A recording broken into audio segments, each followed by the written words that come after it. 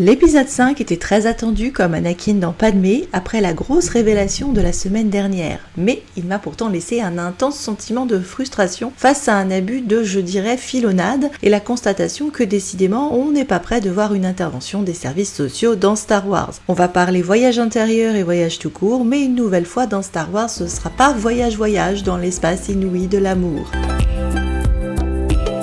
Bonjour, bienvenue sur Décalé. Je suis extrêmement mitigée sur cet épisode puisque l'arc du monde entre les mondes est selon moi un ratage. Alors je sais que je ne vais peut-être pas être tout à fait consensuelle avec ceux qui clament que c'est le meilleur épisode jamais vu dans Star Wars, mais je dirais quand même que ça se conclut sur quelque chose de très bien. Ça c'est mon impression générale, mais je vais vous expliquer tout ça. On passe tout le temps sur Setos avant de dire bye bye à cette planète que j'aime vraiment beaucoup, donc elle va me manquer contrairement à un certain Tatooine. Hera continue ses conneries, je veux même pas en parler plus que ça, et je veux tirer mon chapeau au compositeur Kevin Kiner, responsable déjà des musiques sur les séries Clone Wars et Rebels, et qui je trouve fait des choses vraiment bien sympas, notamment sur toute la fin, bien plus inspirante que le reste de cette grosse filonnade, puisque le monsieur au chapeau est au scénario et à la direction, et que ça se sent. Je précise aussi tout de suite que nous sommes à 3 sur l'échelle bras croisés d'Ahsoka, mais attendez, les bras croisés vont ressortir. Cet épisode était bien sûr, avant toute chose, l'épisode du grand retour. Et je parle bien évidemment de notre amie, la boule de pétanque,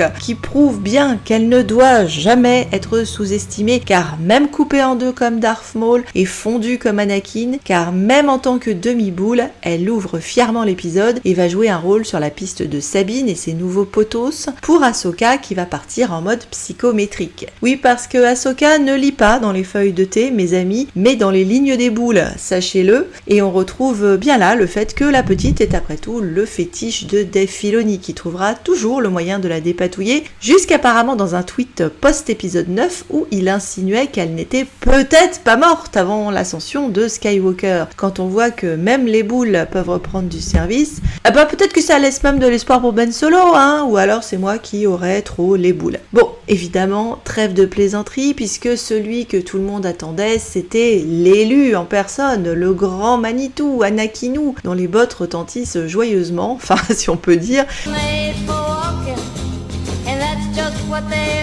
dans le monde entre les mondes, et qui nous ressort sa panoplie épisode 3, mais pas que, car il a droit à un bonus Guerre des clones animé, où Eden ne prêtait pourtant même pas sa voix, et puis tant qu'à faire, un chouïa de Vador, parce que les fans sont là pour ça, nom de nom, que c'est peut-être pour ça que c'est le meilleur épisode qu'on a jamais vu de notre vie, et que c'était annoncé après tout par les dernières notes menaçantes de la fin du dernier épisode. Et pour moi, ce fut compliqué. Je serais restée sur le cul si Anakin nous avait soudain dégainé des paroles pleines de sagesse. Donc quel grand message vient-il impartir d'outre-tombe à son ancienne protégée ? De la merde, parce que le poétique lover est vraiment pas le roi du baratin, Padmé en sait quelque chose. Donc autant dire qu'il est resté fort cohérent avec lui-même et la prélogie, et que du coup les souvenirs d'Ahsoka à son sujet ne fleurent pas la soirée philo au coin du feu ou le grand moment zen dans les bambous. C'est work, bataille, et Filoni se fait plaisir, pas tout seul apparemment, à revisiter la guerre des clones. Mais à quoi tout cela sert-il ? Alors d'abord, qu'est-ce que je pourrais clarifier dans ce bordel ? Alors oui, Anakin n'apparaît pas en fantôme de force, car pas de lumière bleue, et ses pas résonnent haut et fort, et qui plus est, il se transpose sous différents aspects dans son intervention. Ça, on n'y a pas eu droit jusqu'à présent avec nos fantômes, alors peut-être que c'est dû au fait qu'il est dans un univers parallèle de monde entre les mondes. Donc en partie en tant que commentateur, il va intervenir, en partie en tant qu'acteur de scénette, ce qui va créer déjà un mix un peu bizarre. Il est à la fois sujet et objet de ce voyage intérieur qu'Ahsoka fait dans ses souvenirs. Le monde entre les mondes semblait ouvrir dans Rebels sur un monde plus large, dessinait des portes sur des moments clés dans le passé et le futur, était empli de voix et d'échos d'autres personnages dont certains n'existaient pas encore dans la temporalité d'Ezra, qu'il ne connaissait connaissait pas du tout, dont ils n'avaient aucune idée de ce qu'ils voulaient faire dans la vie, d'où ils venaient, où ils allaient, etc. Ici, c'est le grand vide, c'est inhabité, et les glissements dans d'autres temps ou d'autres lieux se font pas du tout par des portes, ça se fait de manière complètement différente. Anakin allant même jusqu'à casser des ponts qui réapparaissent par la suite. Ça ne m'étonne pas tellement du bonhomme qu'il agisse de la sorte, ça reste quand même toujours un gros bourrin ce type, il n'y a pas moyen, il faut qu'il casse tout. C'est presque un vase clos où elle n'a un accès qu'à 2 souvenirs finalement qui sont tous 2 des scènes de bataille, le tout fourré en sandwich au milieu de 2 scènes dans le monde entre les mondes où elle est en train d'affronter Anakin. Et toute cette séquence est complètement bizarre, ça fait l'effet d'un bad trip. Ça pourrait carrément faire penser à la vision qu'a eu Rey sur Takodana en touchant le sabre en fait. Il y a probablement un parallèle avec ça. Dans une certaine mesure, ça m'a presque fait penser au projet qui avait été vaguement évoqué sur le 9 de Rey et Kylo se battant en traversant plusieurs temporalités ou décors familiers de Star Wars. Mais on n'avait pas eu ça au final, c'est presque dommage. Et ici, si peut-être ça en est inspiré, c'est pas non plus fait de cette manière et ça pose pour moi tout un tas de questions et de problèmes. On pourrait partir sur la théorie que c'est davantage un rêve, une hallucination liée à un phénomène de mort imminente. Certains d'ailleurs en avaient parlé dans les commentaires la dernière fois. Mais là aussi, on nous brouille les pistes parce que même si le sujet de la conversation entre Anakin et Ahsoka c'est vas-tu décider de vivre ou mourir, donc mort imminente, en même temps, on a Jacen qui entend le duel au sabre laser entre Anakin et Ahsoka, ce qui tend du coup vers un univers parallèle et pas une hallucination de la nana en train de se noyer, parce que sinon il n'entendrait rien. En plus, je sais pas comment ça vit un Togruta, mais elle est pas d'une planète aquatique et il se passe quand même un sacré long moment avant qu'elle ne finisse par se faire repêcher quand elle a opté pour pas aujourd'hui pas aujourd'hui Anakin. Je suis extrêmement confuse et irritée par la rencontre, je pense qu'il y avait à la base une excellente idée, mais qu'elle n'a pas été bien exécutée ou en tout cas de manière brouillonne. Parce qu'on te fait comprendre au début qu'il est là en mode coach sportif pour lui redonner du poil de la bête alors qu'elle aurait renoncé à vivre. Mais rien dans ce que tu as pu voir du duel avec Baylan ne te fait penser qu'elle était vouée à une mort certaine parce que c'est juste une chute dans Star Wars en fait. Et rien non plus dans ce que tu avais vu jusque-là, hormis son côté il est vrai blasé de la life, ne laissait penser qu'elle était en mode suicidaire. Du coup, c'est con cette histoire de veux-tu vivre ou mourir. Par ailleurs, quelle méthode de naze pour donner à quelqu'un l'envie de vivre. Je sais pas, je m'attends jamais à grand chose d'Anakin en règle générale, mais il aurait pu évoquer pour la motiver leur relation, leur complicité, des moments de camaraderie, des bons souvenirs autour d'un bol de lait bleu, j'en sais rien. Et même avec la compagnie de Padmé, soyons complètement foudingues, qui lui parle de ces 2 gosses qu'elle a rencontrés. Non mais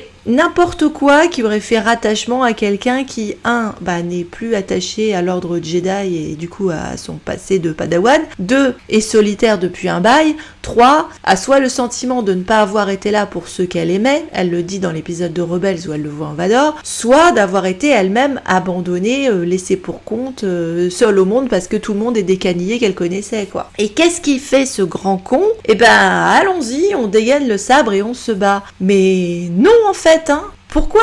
Elle a perdu soi-disant le duel contre Baylan. Ouh là là, mais quel déconvenu. Et du coup, le but, c'est de la faire retraverser plein de moments loose de sa vie pour vaguement lui permettre de reprendre la main sur le duel où il apparaît en mode pétage de plomb Mustafar, sabre rouge, à la main mon cousin. De fuck. Déjà, rien que le fait qu'il était soi-disant là pour finir sa formation, ça m'a saoulé grave. Et elle s'en est quand même mieux sortie que toi jusque-là, mon grand. C'est quoi ce plan ? Va falloir qu'elle se montre digne de son sabre laser, elle aussi ? C'est juste réservé aux gonzesses ou... Par contre, loin de décide si tu dois vivre ou mourir, pour moi, le vrai fil directeur, il est sur le fait que le discours de Baylan à l'épisode précédent était sur la question de le seul héritage que toi et ton maître laissez derrière vous, c'est la mort et la destruction. Et l'intermède Anakin, c'est en effet un CQFD du discours de Baylan. Bombe et explosion sur la guerre des clones avec Ahsoka jeunette qui pleure de ne pas être capable de prendre des bonnes décisions et envoyer ses soldats clones à la mort, rebelote avec bombe sur Mandalore, et ça pète de partout, et zou on sort bébé Vador du saloir, et ça, par contre, c'est le message inspirant que tu as concocté pour ton TEDx, Anakin.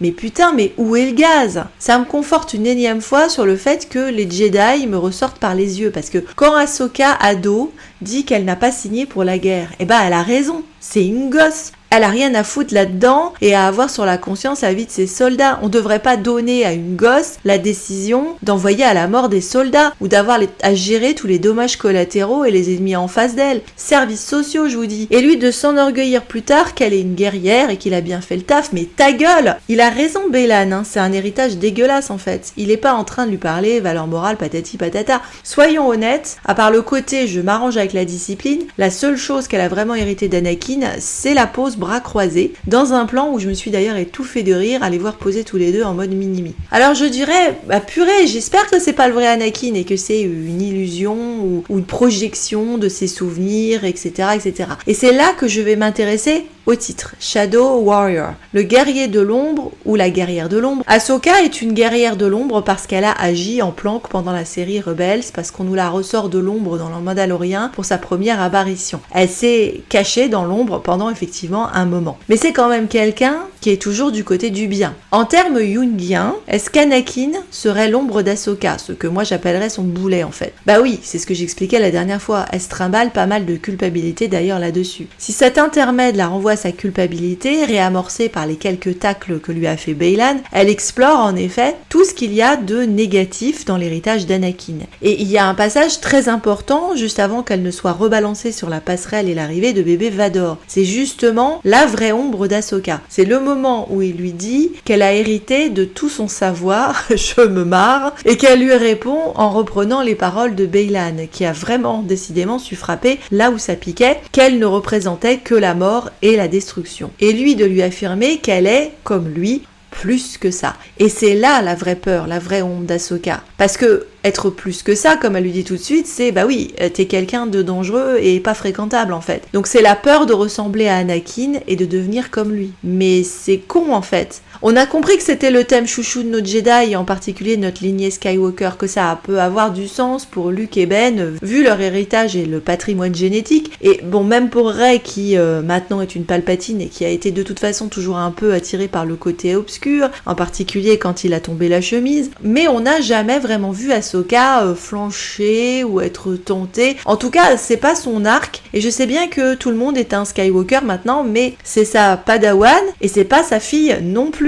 Donc moi je veux bien que tu nous fasses la famille, c'est la famille que tu rencontres en cours de chemin, mais c'est quand même con. Tu la vois jamais déchirée par un appel vers le côté obscur, Ahsoka. Elle a même eu les miches sauvées par le sacrifice de la fille qui représente le côté lumineux de la force dans l'arc de Mortis. Alors, d'abord le côté vivre ou mourir était déjà con, mais la tentation de l'ombre et la nécessité d'en triompher est con aussi. La seule chose qui peut avoir du sens, c'est le côté en finir avec les idées noires. Et de fait, ça marche, parce qu'après son petit plouf, elle en ressort en mode renaissance après un baptême symbolique par immersion. On est passé du sombre, du caverneux, du sous-marin à l'amniotique quoi, et dans le monde entre les mondes, elle est un peu comme dans un utérus relié à son cordon ombilical d'Anakin. Et on passe donc à une renaissance, l'appel de la lumière, un visage souriant, serein, ça lui a fait décidément du bien ce petit moment spa, hein, Ahsoka, une montée vers le ciel progressive dans la fin de l'épisode qui, lui, est très réussi. Et on a même un nouveau look déesse de la nature avec péplum, je parle aux animaux. Parce que la rencontre avec Anakin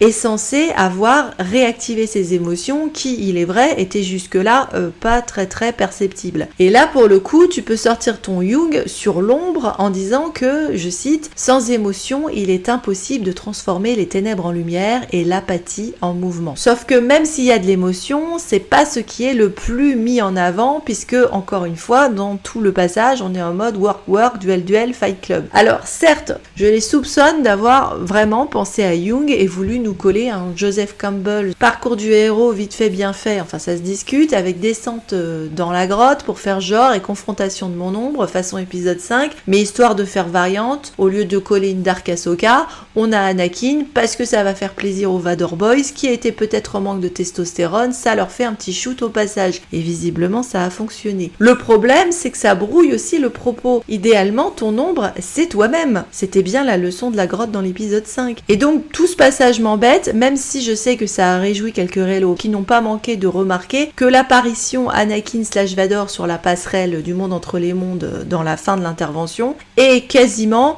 un copier-coller de Kylo en mode sortie de l'écume sur la seconde étoile de la mort dans le 9. J'ai beau être une rélo, pour l'instant, je m'emballe pas plus que ça, hein. Ça m'a pas retourné la tête. Je sais pas, je comprends pas complètement les choix qui sont faits sur cet arc, même s'il y a de beaux visuels avec la lumière des sabres. Je trouve que l'exécution du concept n'est pas géniale. Elle est même feignasse avec son côté je ressors Vador parce que je sais que c'est populaire, même si je vois où ils veulent en venir avec la Renaissance et l'Ascension. C'est beaucoup entaché pour moi par le fait qu'on s'est remangé au passage un gros sandwich au caca de la manière dont les Jedi traitent les mômes, notamment alors avec un plan qui rappelle de manière subliminale Anakin s'en prenant au minot du temple Jedi quand il allume son sabre face à Ahsoka. Puis alors là, si tu réfléchis, bonjour la gerbe en fait dans le symbolisme, parce que ça te rappelle bien que il l'aurait probablement buté en fait si elle avait été dans le temple à ce moment-là. Et puis lorsqu'Ahsoka réémerge face à un Jacen innocent en train de jouer, parce que lui n'a heureusement pas droit à l'endoctrinement merdique de ces cons-là, et que tu penserais cool, on va dans la bonne direction, joie de l'enfance. Mais que nenni, car je rappelle que ce môme est élevé par une mère qui l'emmène sur un champ de bataille et le laisse en vrac sur une planète inconnue possiblement hostile avec pour seule consigne de se cacher derrière sa poubelle parlante en cas de manœuvre ennemie. Bref, ça craint. Parce qu'en plus, on a droit au môme qui fait des yeux ronds comme des soucoupes. Wouhou, je visite un vaisseau de Jedi. Alors que non, mon gamin, t'es en train de vivre ta best life maintenant, même avec ta mère indigne et ton Roomba meilleur pote. Oublie les Jedi. Pour te dire, mais alors même Ahsoka, elle était choquée de voir Jacen à ce moment-là. Elle se demandait ce qu'il foutait sur cette planète. Mais bon, arrivons au moment poétique que j'ai préféré et qui m'a sauvé l'épisode, alors que je tirais la tronche sur l'arc Anakin. Alors là, la suite s'annonce et on part sur un remake live-action de Nemo, mes amis. On va faire du ball and stop avec les Purrgils. Le moment où j'ai compris qu'on allait avoir droit à Ahsoka va causer aux Purrgils, j'en pouvais plus tellement j'avais le visuel de Dory parlant baleine. Du coup, c'est parti en sucette pour moi avec Ruyang et son petit casque qui est le rationnel, qui veut retrouver Sabine parce qu'il faut jamais se séparer. Et je voyais Marin et puis j'imaginais Sabine avec les autres dans leur vaisseau comme l'aquarium chez le dentiste. S'ils croisent un équivalent de la tortue Babacool pendant le voyage, alors c'est plié mes amis, c'était le live action. J'en plaisante, n'empêche que toute la scène est pourtant magnifique, superbement portée par la musique qui est inspirante, que le concept est complètement cohérent avec la fin de Rebels et les thèmes développés dans cette série, et que pour autant que je ne suis pas convaincue par la guerrière de l'ombre du début, je veux bien m'embarquer avec la déesse de lumière de la fin de l'épisode. Alors attention, gros moment méta où Ahsoka admet qu'elle n'a aucune idée de où tout ça va les mener. Dans l'intérêt de la série, j'espère que le capitaine Filoni aux commandes du vaisseau a des plans de navigation, mais on pressent depuis un moment que DLF navigue à vue. Alors qu'Ahsoka s'apprête à changer de galaxie, Star Wars fait littéralement un saut vers l'inconnu. Est-ce que ça mènera la franchise vers l'ombre ou vers la lumière? Le moment est en tout cas joli et plein d'espoir et ça fait plaisir depuis l'épisode 9, à la manière des expéditions des grands explorateurs, à la grâce d'un vol de Purrgils hors du charnier natal. On a comme l'impression d'un nouveau souffle, d'une bouffée d'air frais après ce départ qui aurait pu presque clôturer la série d'ailleurs. Et du coup, le début qui représentait l'asphyxie, l'engloutissement, l'enfermement dans le passé et les idées sombres est balayé par l'ouverture